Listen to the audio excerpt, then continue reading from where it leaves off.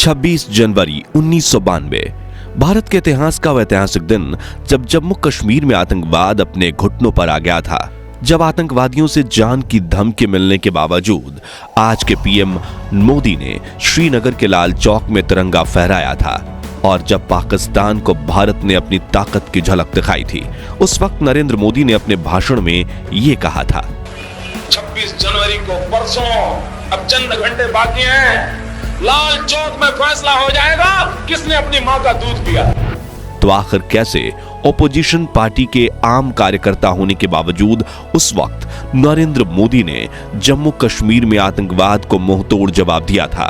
उसी साल टेंट में विराजित रामलल्ला के सामने उन्होंने कौन सी प्रतिज्ञा ली थी और जब वो आध्यात्म की तलाश में हिमालय गए थे तब उनके गुरुजी ने उन्हें कौन सा मंत्र दिया था, जानेंगे इस वीडियो में। लेकिन उससे पहले नए दर्शक जल्दी से चैनल को सब्सक्राइब कर दीजिए।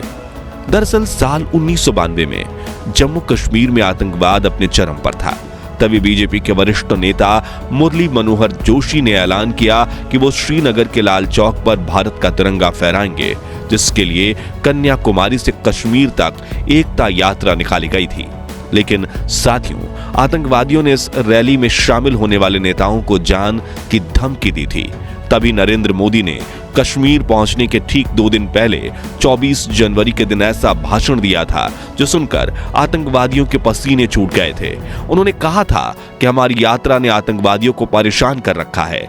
लाल चौक में पोस्टर्स लगाए हैं, दीवारों पर लिखा है, जिन्होंने अपनी मां का दूध पिया है वो श्रीनगर के लाल चौक आए, आकर भारत का तिरंगा झंडा फहराएं। अगर वो जिंदा वापस जाएगा तो आतंकवादी उसे इनाम देंगे।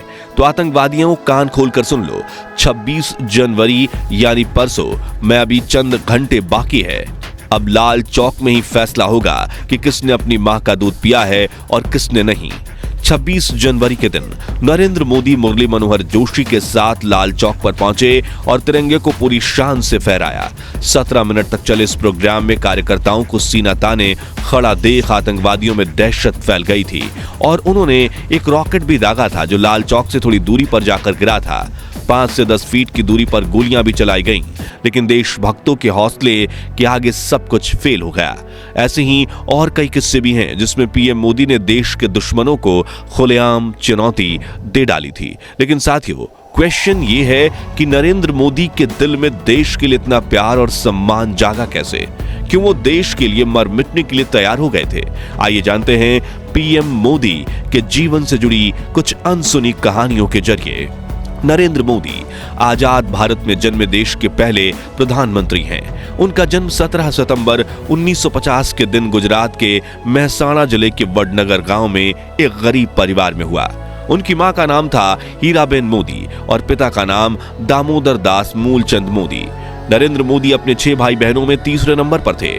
वे बताते हैं कि बचपन में उनके पिताजी वडनगर रेलवे स्टेशन पर चाय का एक छोटा सा स्टॉल लगाया करते थे और नरेंद्र स्टॉल पर अपने पिताजी की मदद किया करते थे, जहां वो ट्रेन के डब्बों में जाकर चाय बेचा करते थे। उनके बारे में लिखने वाले बताते हैं कि मोदी जी बचपन से ही पढ़ाई में एवरेज स्टूडेंट थे, लेकिन उन्हें स्कूल के नाटकों में हिस्सा लेना काफी पसंद था। भले ही उनकी जेब खाली हो, लेकिन उनका दिल और दिमाग हिम्मत और साहस से भरपूर रहता था। मोदी जी बताते हैं कि उनके स्कूल के पास एक झील हुआ करती थी जिसमें वो अक्सर खेलने जाया करते थे। एक बार उन्हें वहां मगरमच्छ का बच्चा मिला जिसको बहुत बहादुरी से उठाकर वो घर ले आए, लेकिन मां हीराबेन के समझाने पर उन्होंने उसको वापस झील में छोड़ दिया। खेलकूद के अलावा वो इतिहास पढ़ने का बहुत शौक रखते थे, इसलिए वो लाइब्रेरी जाकर कई साल पुराने अखबार और देश के इतिहास से जुड़ी किताबें पढ़ते थे। इसके अलावा वो स्वामी विवेकानंद जी से काफी प्रेरित थे, इसलिए वो उनकी सभी किताबें पढ़ा करते थे। महज 8 साल की उम्र में अपने हिंदी टीचर चंद्रकांत दवे से प्रभावित होकर मोदी आरएसएस में जाने लगे। वहां उनकी मुलाकात एक ऐसे व्यक्ति से हुई जिसके लिए वो झाड़ू लगाने से लेकर कपड़े धोने तक का काम करने लगे। उस व्यक्ति का नाम था लक्ष्मण राव ईमानदार, जिन्हें सभी वकील साहब कहकर बुलाते थे। उनकी मोदी जी पर सबसे अधिक छाप थी। नरेंद्र मोदी को बचपन से ही अच्छे कपड़े पहनने का शौक था। हालांकि वो कभी महंगे कपड़े नहीं खरीदते, लेकिन साफ सुथरा रहना उनकी खूबी थी। उनका स्टाइल बचपन से ही काफी अलग रहा। वो कभी बाल बढ़ाते थे तो कभी बड़ी मूंछ रखते थे, कभी सरदार के गेटअप में आ जाते थे। कोई भी चीज आपको ऐसे नजर नहीं आएगी जिसमें सादगी ना हो। अच्छे तरीके से रहना, गंदे रहना, जूतों का पॉलिश नहीं किया है, कुर्ता ऐसा है, उसका मेरे आदत नहीं, मेरे बचपन से आदत नहीं है। लेकिन मुझे नहीं लगता है कि मैंने कभी कोई महंगी चीज परचेज की है, कभी नहीं। मेरे शरीर पे कोई महंगी चीज नहीं होती है, लेकिन मैं साफ सुथरा, धोया हुआ, प्रेस किया हुआ पहनना।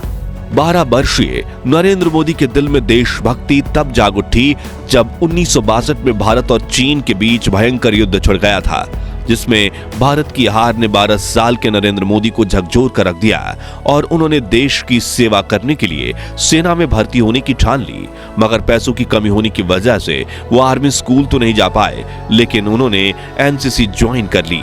फिर 1965 में हुई इंडो पाक जंग के दौरान उन्होंने भारतीय सैनिकों की काफी सेवा की थी। दरअसल जब भी वडनगर स्टेशन पर सैनिकों से भरी ट्रेन आती थी तो मोदी जी उन्हें चाय और खाना पहुंचाया करते थे। बचपन से ही स्वामी विवेकानंद को अपनी प्रेरक मानने वाले नरेंद्र मोदी 1967 में अपना पारिवारिक जीवन त्याग कर स्वामी विवेकानंद की दीक्षा लेने दीक्षा मठ जा पहुंचे, लेकिन उन्हें वहां दीक्षा नहीं दी गई क्योंकि रामकृष्ण मिशन का सन्यासी बनने के लिए उनका ग्रेजुएट होना जरूरी था। वो नहीं थे, मगर दुखी होने के बजाय वो आध्यात्म की तलाश में हिमालय जा पहुंचे, जहां उनके साथ कुछ ऐसा हुआ जिसकी बदौलत ही आज मोदी प्रधानमंत्री हैं। कहा जाता है कि हिमालय की घाटियों में नरेंद्र मोदी को एक साधु मिले थे, जिनके शिष्य बनकर उन्होंने तपस्या करना शुरू किया। इसके साथ भगवा वस्त्र और कमंडल लेकर इन्होंने कई राज्यों में यात्रा करना शुरू किया। इसी बीच एक दिन इनके गुरुदेव ने इन्हें बुलाया और कहा कि बालक नरेंद्र, तुम कर क्या रहे हो? नरेंद्र कुछ समझ नहीं पाए। तभी गुरुजी बोले, तुम्हारे पास 2 रास्ते हैं। अगर तुम तपस्या करो और तपस्वी जीवन जियो तो तुम ऋषि बन जाओगे, लेकिन नियति ने तुम्हें दूसरी चीज के लिए चुना है, जिसके लिए तुम इस दुनिया को त्याग कर फिर संसारिक जीवन में आ जाओ, जहां तुम राज ऋषि कहलाओगे। इसलिए वो पहले केदारनाथ, फिर से दिल्ली, राजस्थान और राजकोट से होते हुए वडनगर में वापस आए और कुछ दिन परिवार के साथ रहकर फिर अहमदाबाद आ गए। घर छोड़ने को लेकर उन्होंने एक इंटरव्यू में ये कहा था, 17 साल की आयु में घर छोड़ दिया। स्कूली शिक्षा के बाद मैं निकल गया। वो तब से लेकर के आज तक मैं भटक रहा हूँ नई चीजें पाने के लिए। जहां उन्होंने चाय के कैंटीन में काम करने के साथ आरएसएस ज्वाइन कर लिया और एक प्रचारक के रूप में काम करना शुरू किया। फिर 1975 में जब इंदिरा गांधी ने कई राजनीतिक कारणों की वजह से राज्य में आपातकाल लगा लिया था, उस वक्त भी मोदी जी सरदार के रूप में पुलिस से छुपकर सरकार की नीतियों का विरोध करते रहे। साल 1985 में नरेंद्र मोदी ने बीजेपी में आधिकारिक एंट्री ली और पार्टी के प्रचार प्रसार में जुड़ गए। लाल कृष्ण आडवाणी को मोदी जी का राजनीतिक गुरु माना जाता है। 90 के दशक में जब मोदी जी ने आडवाणी की सोमनाथ से अयोध्या यात्रा में बड़ी भूमिका निभाई, उस वक्त अयोध्या में एक घटना हुई जिसके बारे में काफी कम लोग जानते हैं। बताया जाता है कि 1992 में नरेंद्र मोदी अपने 2-4 साथियों के साथ नंगे पांव अयोध्या में रामलल्ला के टेंट में पहुंचे, जहां प्रभु श्री राम को कड़ी तपस्या करते हुए देख वो काफी भावुक हो गए। उस वक्त उन्होंने भगवान राम की सौगंध खाते हुए प्रतिज्ञा ली थी कि मैं दोबारा आपके दर्शन करने तभी आऊंगा जब आप भव्य मंदिर में विराजमान हो जाएंगे। इस बात को 32 साल हो गए, लोग भूल गए, लेकिन नरेंद्र मोदी नहीं। उनके नेतृत्व में रामलल्ला को न्याय मिला और 22 जनवरी 2024 के ऐतिहासिक दिन पर उन्होंने ही नवनिर्मित राम जन्मभूमि मंदिर का उद्घाटन किया और उनकी प्रतिज्ञा पूरी हुई। इसके बाद उन्होंने अपने भाषण में रामलल्ला के लिए कुछ ऐसे बोल बोले जो सुनकर आपके रोंगटे खड़े हो जाएंगे।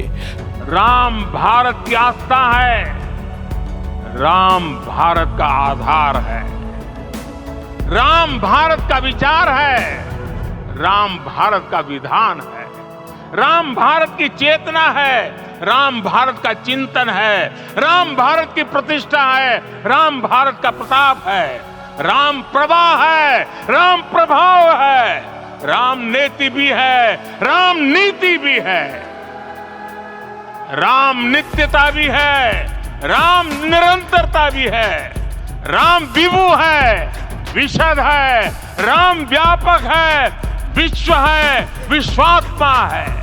पीएम मोदी गुजराती में कविता लिखते हैं। उन्हें फोटोग्राफी का भी काफी शौक है। बहुत कम लोग ये जानते हैं कि पीएम मोदी अमेरिका से पब्लिक रिलेशन और इमेज मैनेजमेंट का 3 महीने का कोर्स कर चुके हैं। उनके 5 भाई हैं और एक बहन है। नरेंद्र मोदी की पत्नी का नाम जशोदाबेन मोदी है। परिवार के कहने पर उन्होंने सिर्फ 17 साल की उम्र में जशोदाबेन से शादी की थी। कुछ लोगों का कहना है कि शादी होने के 3 साल बाद तक मोदी जी अपनी पत्नी के साथ रहे, लेकिन मोदी जी के बारे में लिखने वाले इस बात से इनकार करते हैं और कहते हैं कि वो दोनों कभी साथ रहे ही नहीं।